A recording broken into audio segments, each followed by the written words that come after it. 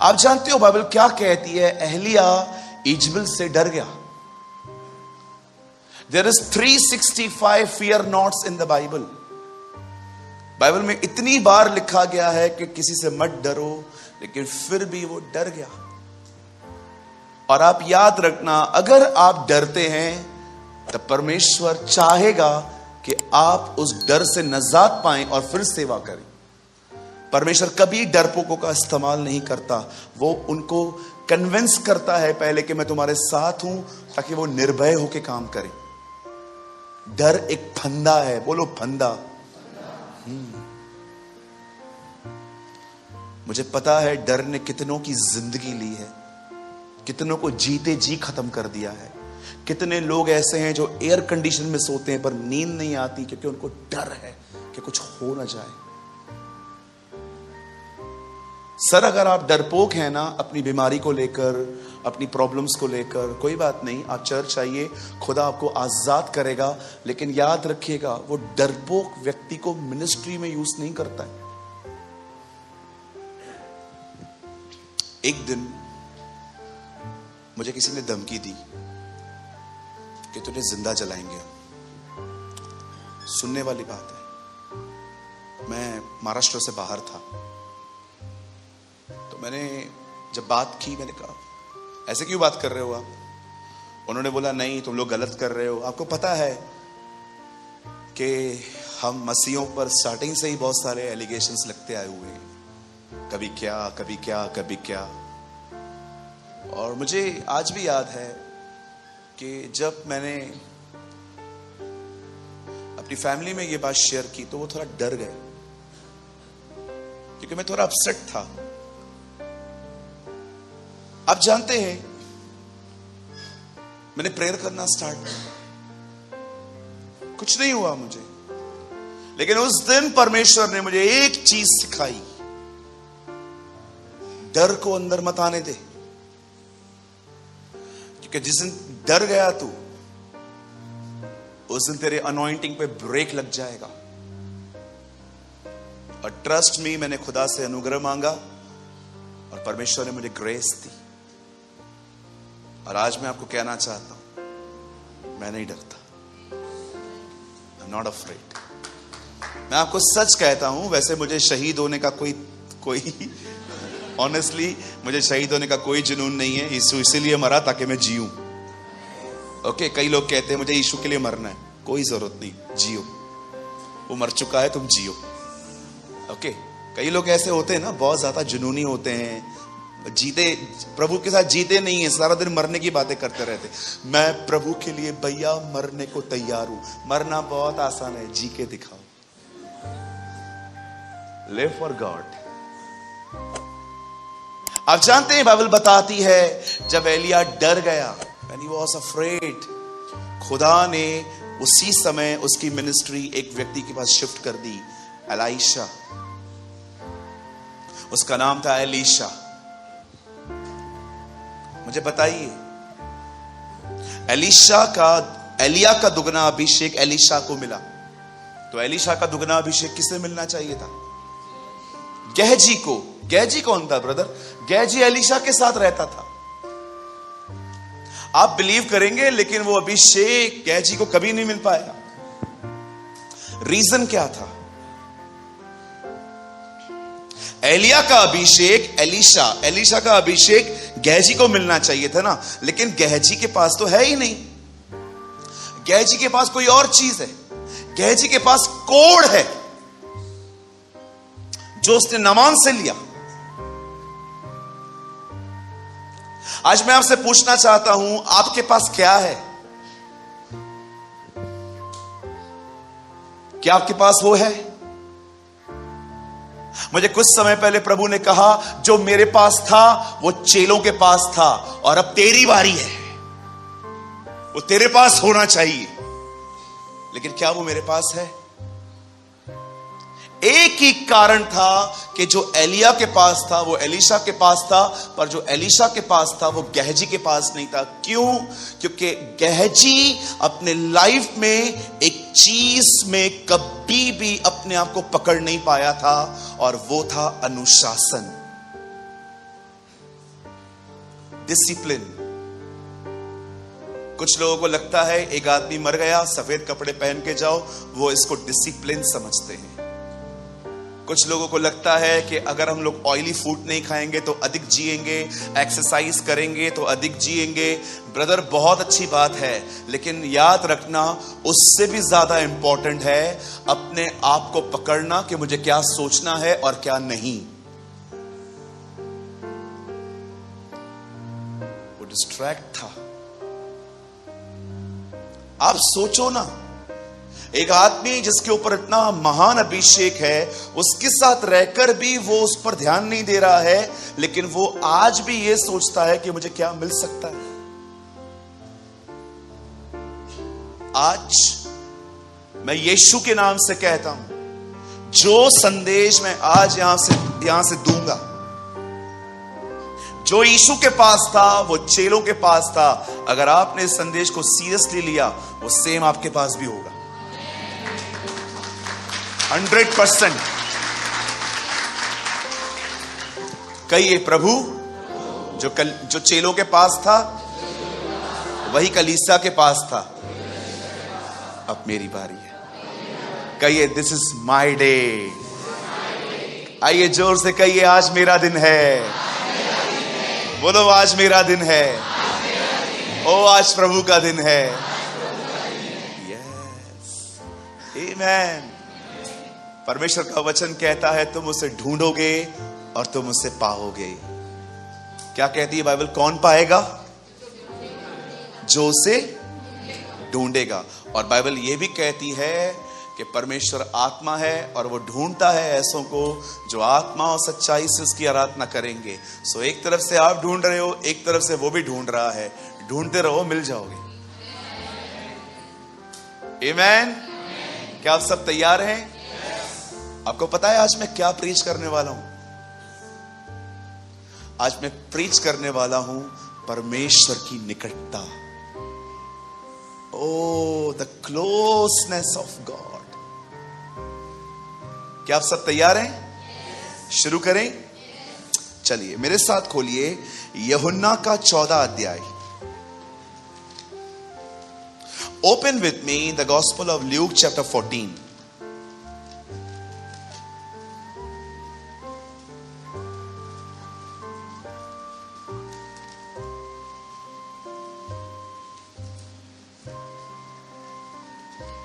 और प्लीज लगाइए 14 का 18। जिनके पास बाइबल है इट्स ओके, जिनके पास नहीं है आप वहां पढ़ सकते हो स्क्रीन पे। 14-18 जॉन, यूहन्ना का 14 अध्याय, उसका 18 वचन।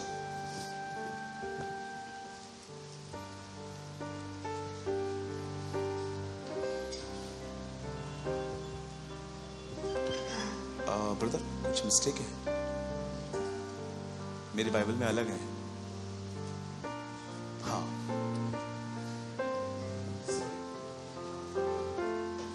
ठीक है, कोई बात नहीं भाई। यहां देखिए, मैं तुम्हें अनाथ न छोड़ूंगा,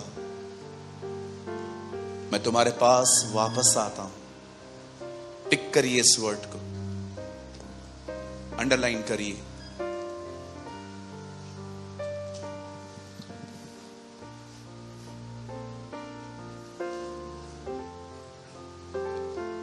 ओके, कर लिया? किया दीदी भाई? हो गया? आइए सब सामने देखिए। लीव योर बाइबल और सामने देखो।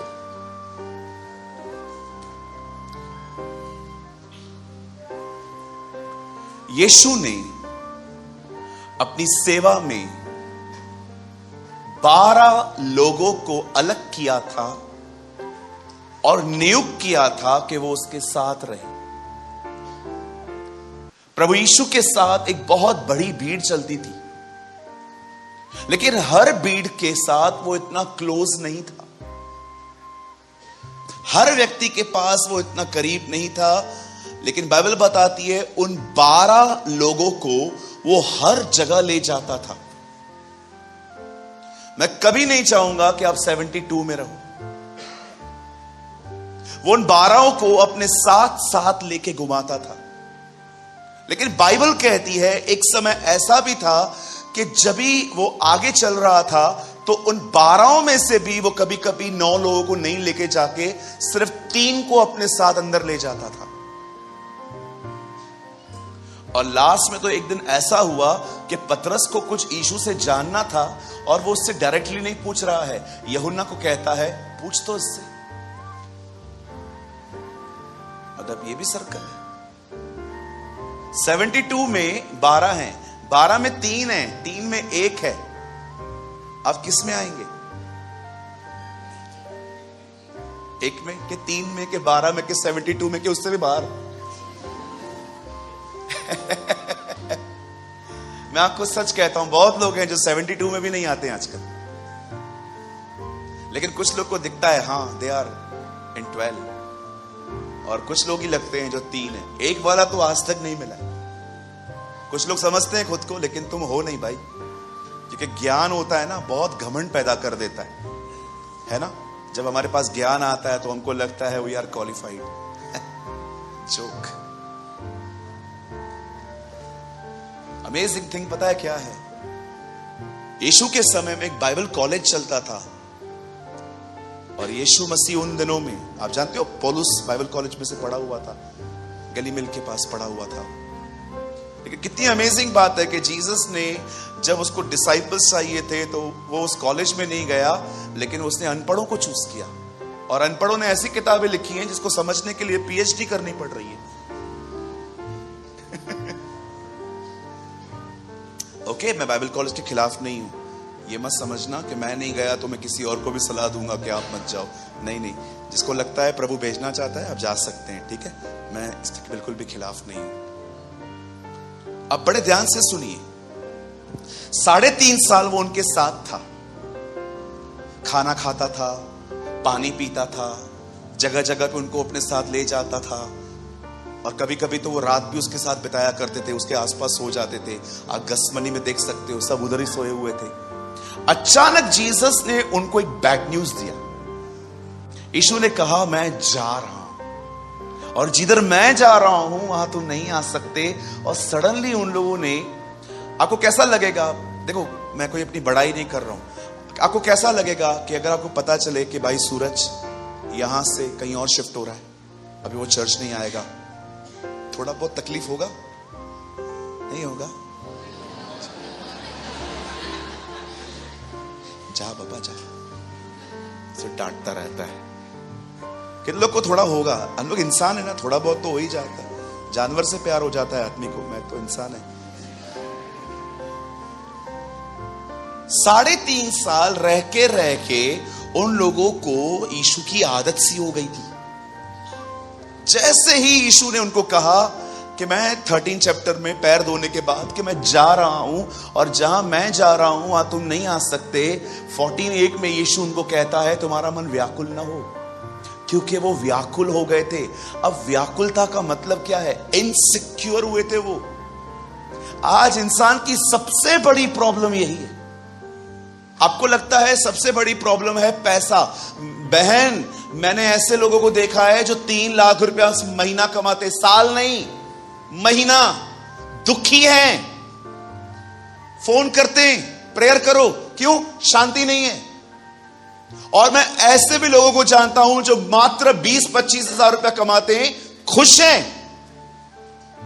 तब मैं जान गया कि एक्चुअली ऐसा नहीं है जैसे हम सोचते हैं। पैसा मतलब बहुत खुशी, सारा दिन भागो पैसे के पीछे। पैसा मतलब, याद रखो, पैसा खुशी नहीं, फैसिलिटी देता है, वो सुविधा देता है। पैसा आपको फ्लाइट में लेके जा सकता है, पैसा आपको पिज्जा खिला सकता है, पैसा आपको गोल्ड दिला सकता है, संतुष्ट नहीं कर सकता। पैसा बहुत कुछ है, खुदा सब कुछ है। You should understand. अभी वो लोग इनसिक्योर फील कर रहे थे। अब क्या होता है इनसिक्योर होना, उसके मैं कुछ लक्षण बताता हूं आपको, ताकि आपको पता चले मेरा प्रॉब्लम है क्या। सबसे पहले, एक व्यक्ति जो अपने आप में असुरक्षित, खाली है, सबसे पहले उसका पहला प्रॉब्लम यह होगा, लोग अगर उस पर ध्यान नहीं देंगे, उससे हर्ट होगा। ये पहली प्रॉब्लम है इनसिक्योर लोगों की। मैं शादी में गया था, हाँ तो बस गया था, किसी ने ध्यान नहीं दिया। Very good. मैं चर्च में गया था, पास्टर सबको प्रेज द लॉर्ड बोला, मेरे को नहीं बोला। तूने पास्टर का बहस चोरी किया था ना, मेरा दुश्मन ही है तेरे से। इनसिक्योर हार्ट पहली चीज अटेंशन गेन करने की कोशिश करता है। ये पहला प्रॉब्लम होता है उन लोगों का जो खाली हैं। मेरे से पूछो, मुझे महसूस करवाओ मैं इंपॉर्टेंट हूं। दूसरी बात इनसिक्योर लोगों की, इन्हें हमेशा आदर पाने की भूख होती है। एक चर्च है, उस चर्च के अंदर बहुत मट्टी जमी हुई थी। पास्टर ने बोला सब साफ करो। 16 लोगों ने नाम लिखवाया, चर्च क्लीन हो गई। पास्टर ने कहा सबको अप्रिशिएट करना है, लिस्ट दो जिन जिन लोगों ने सफाई की। अब उसमें नाम थे 15, एक बंदे का नाम नहीं था। उन्होंने 15 के नाम ले लिए। अचानक एक बंदा चर्च कम आने लगा। वो उसके घर पे गए, पूछने लग गए क्या प्रॉब्लम है, चर्च क्यों नहीं आते हो? बोला नहीं मैं बिजी हूं, ये है वो है, बहुत सारी बातें बहाने करने लगा। बाद में पता चला यही 16वां था। तुम क्यों करते हो? ताकि तुम्हें ऑनर मिले, रिस्पेक्ट मिले, लोग तुम्हारे प्रति धन्यवादी हो। मुझे आज भी याद है, मैंने एक दोस्त को गिफ्ट दी थी टाइटन की घड़ी। मैं खुद भी नहीं पहनता था, उसको दी थी, पैसे जमा किए थे, पुरानी बात है। और जब मैंने उसके बर्थडे पे जाके मैंने उसको गिफ्ट किया, उसने वो डब्बा लेके फ्रिज के ऊपर ऐसे रख दिया मानो 2 रुपए की चीज है। मैंने उसको बोला हैप्पी बर्थडे ब्रदर। हाँ ठीक है, चला गया। और मैं पता है मैं क्या सोच रहा था? वो मेरे सामने ऐसे करे, थैंक यू, धन्यवाद।